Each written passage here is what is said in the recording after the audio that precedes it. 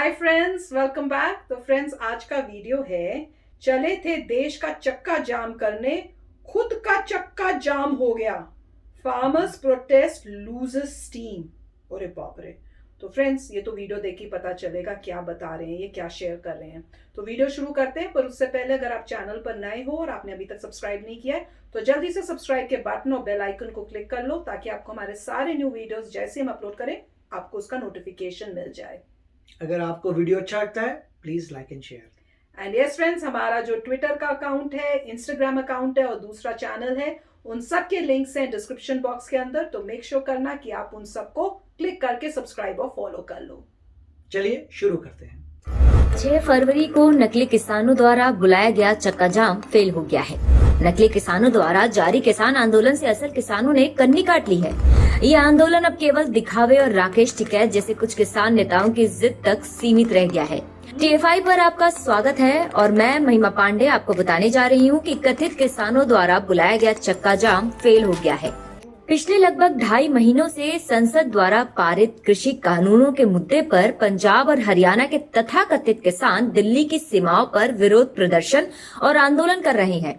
लेकिन इन लोगों द्वारा 26 जनवरी को की गई हिंसा एक बड़ी गलती के रूप में साबित हुई, जिसने अब इनके आंदोलन की हवा निकाल दी है।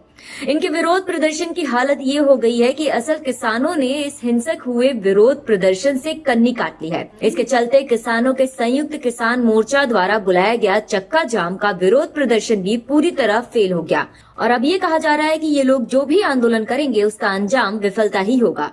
तथाकथित किसानों के आंदोलन का नेतृत्व कर रहे लगभग 32 किसान संगठनों के संयुक्त किसान मोर्चा ने 6 फरवरी को चक्का जाम के जरिए विरोध प्रदर्शन का ऐलान तो किया था, लेकिन इसके जरिए इन अराजकतावादी किसानों के आंदोलन की कमजोरी सामने आ गई है, क्योंकि विश्लेषक इसे किसी भी कीमत पर सफल नहीं मानते हैं। इसकी बड़ी वजह यह है कि देश के असली किसानों ने 26 जनवरी की शर्मसार करने वाली घटनाओं के बाद इस आंदोलन से अपने हाथ पीछे खींच लिए हैं, जिससे किसानों का ये आंदोलन केवल दिखावे और राकेश टिकैत जैसे कुछ किसान नेताओं की जिद तक सीमित रह गया है। दूसरी ओर 26 जनवरी की घटना के बाद पूरे देश में किसानों के आंदोलन को लेकर हाई अलर्ट था। राजधानी दिल्ली की पुलिस ने तो पिछले काफी दिनों से ही किसी भी अप्रिय घटना से निपटने की तैयारी कर रखी थी। ऐसे में किसानों ने अपनी हार को मानते हुए चक्का जाम का ऐलान कर पहले ही मान लिया और कह दिया कि वो दिल्ली, उत्तर प्रदेश और उत्तराखंड में कोई चक्का जाम नहीं करेंगे, जो कि ये साबित कर रहा था कि इन राज्यों की सरकारों की कार्रवाई इन्हें अराजकता के बाद सलाखों के पीछे ले जा सकती है। ऐसे में किसानों के चक्का जाम का ये विरोध प्रदर्शन केवल पंजाब तक ही सीमित हो गया।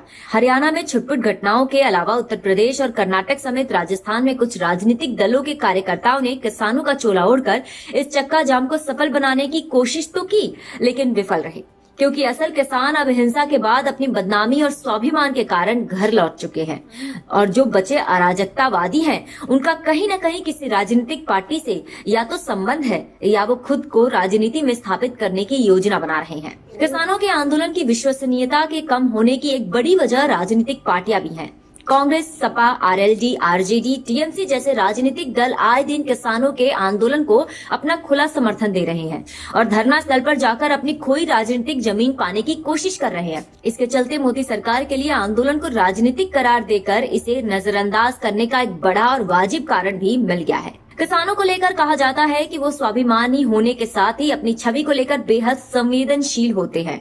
इसलिए जिस दिन देश की ऐतिहासिक धरोहर लाल किले पर अराजकता हुई, उस दिन ये किसानों का शांतिपूर्ण आंदोलन खत्म हो गया था।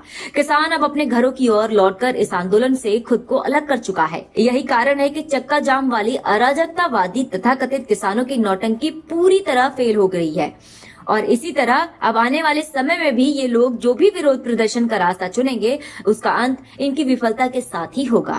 तो अच्छा वीडियो था और इसमें मेरे ख्याल से मेन पॉइंट यही था कि वो चक्का जाम जो है कर रहे थे, मगर अब जो है उनकी काफ़ी, जैसे कह रहे हैं, जो सही फार्मर्स थे, जो असली फार्मर्स थे, वो वापस चले गए। जब उन्होंने ये देखा कि 26 जनवरी को जब इस तरीके का वॉयलेंस हुआ था, तो उसके बाद जो है, जो अच्छे फार्मर्स थे, इनकी रिपोर्ट के हिसाब से वो चले गए वापस। उनको है कि हमें नहीं चाहिए, हम वापस चले गए। और फिर जो है, जब मोदी जी भी यही कह रहे हैं कि अगर आप के प्रोटेस्ट के पीछे इतनी सारी पॉलिटिकल पार्टीज हैं, तो ये फार्मर्स का प्रोटेस्ट कैसे है? राइट, अगर फार्मर प्रोटेस्ट कर रहा है तो सिर्फ फार्मर आना चाहिए, फार्मर यूनियन आनी चाहिए, मगर उस फार्मर्स के पीछे अगर दूसरी पॉलिटिकल पार्टीज आ रही हैं तो कैसे है फार्मर्स का प्रदर्शन? तो मेरे ख्याल से यही प्रॉब्लम आ रही है। और उसके बाद जैसे कह रहे हैं, जिनका नाम लिया था, एक ही भाई साहब हैं जो बस लगे हुए हैं, या दो चार और जो सोच रहे हैं कि पॉलिटिकल गेन उनको मिलेगा, बस वही प्रदर्शन करवा रहे हैं और सब ठप हो गया। पहली बात तो उन्होंने यही कह दिया था चक्का जाम जो है दिल्ली में नहीं होगा, तो दिल्ली में नहीं हुआ क्योंकि दिल्ली की सरकार रेडी थी और उनको पता था कि अगर करेंगे और इस बार अगर कुछ होता है तो सबके सब जेल जाएंगे। तो इस बार रेडी थे एस्टैब्लिशमेंट की, अगर तुमने कोई लॉ ब्रेक किया तो तुम्हें जेल होगी, इसलिए उन्होंने वहां किया नहीं, डिफरेंट जगहों पे किया है, वहां पे सक्सेसफुल नहीं हुआ। क्यों? क्योंकि एक्चुअल फार्मर्स है ही नहीं। अकॉर्डिंग टू इनकी रिपोर्ट के हिसाब से वह एक्चुअल बंदे थे ही नहीं, वो सारे फार्मर वापस जा चुके हैं कि भाई हमने जो है जब अपना वायलेंस कर दिया तो हमारी क्रेडिबिलिटी कम हो गई है, हम गए थे नॉन वायलेंस करने, हमने वायलेंस जो भी हुआ, जो भी बैड एलिमेंट्स थे, जो भी बुरा नाम आया, तो वापस चले गए हैं। और अब जो है ऑलमोस्ट ये कह रहे हैं कि वो खत्म हो रहा है और ये फार्मर का जो भी प्रोटेस्ट है सब खत्म हो जाएगा क्योंकि जेन्युइन फार्मर जा चुका है घर वापस। यस फ्रेंड्स, तो इस न्यूज से तो यही पता चला है कि अब जो भी ये प्रोटेस्ट हो रहे हैं इनकी क्रेडिबिलिटी कोई नहीं है, क्योंकि फार्मर्स जो एक्चुअल हैं वो तो कह के कि आपने ये गलत काम किया, आपने मतलब एक तरह से बेइज्जती कर दी किसानों की, जो एक्चुअल जेन्युइन थे, जो प्रोटेस्ट करने के लिए आए थे, उनकी आपने क्रेडिबिलिटी खराब कर दी, उनका नाम खराब कर दिया ये काम करके जो आपने 26 जनवरी को किया। और किया तो बहुत ही गलत बात थी, बहुत ही शर्मनाक बात है। पूरा वर्ल्ड देख रहा है, पूरा वर्ल्ड उसके बारे में बात कर रहा है। इंडिया को इतने मतलब गंदी लाइट में शो कर दिया, तो किसान जो हैं उनको तो वो लगा होगा कि आपने हमारी बदनामी कर दी, तो वो तो बैकआउट कर गए हैं। और अब जो कर रहे हैं वो कह रहे हैं कि वो फार्मर्स हैं ही नहीं, वो दूसरे पॉलिटिकल गेन कोई है, जो लीडर्स हैं पॉलिटिकल पार्टी से एफिलिएटेड हैं, या वो ऐसे हैं जिनको खुद पॉलिटिकल पार्टीज में आना है या पॉलिटिकली कुछ उनको फायदा है, तो वो ही कर रहे हैं। तो अब देखते हैं कि आगे क्या होता है। होप तो यही है कि सब कुछ रिजॉल्व अच्छी तरह हो जाए और किसानों को भी फायदा हो। मेन तो है हमें किसानों का फायदा चाहिए, क्योंकि उनका फायदा इंडिया का फायदा है। तो यही होप है कि अगर कोई उनको प्रॉब्लम्स है तो वो खुद आके जो है गवर्नमेंट से अकेले खुद बात करें, अब किसी और को जो है ना साथ में ना लेके आए, और फिर आराम से बातचीत करें। उससे हो सकता है उनको भी रियलाइज हो कि हो सकता है वो दिखावे में आ गए, तो उनको पता चले कि ये पॉलिटिकल पार्टीज हमारे साथ खेल रही थी, ये तो हमारे लिए अच्छा है। तो कोई पता नहीं, ऐसा भी हो जाए। तो फ्रेंड्स चलो चलते हैं, मिलेंगे नेक्स्ट वीडियो में बहुत ही जल्द। Till then take care and bye bye.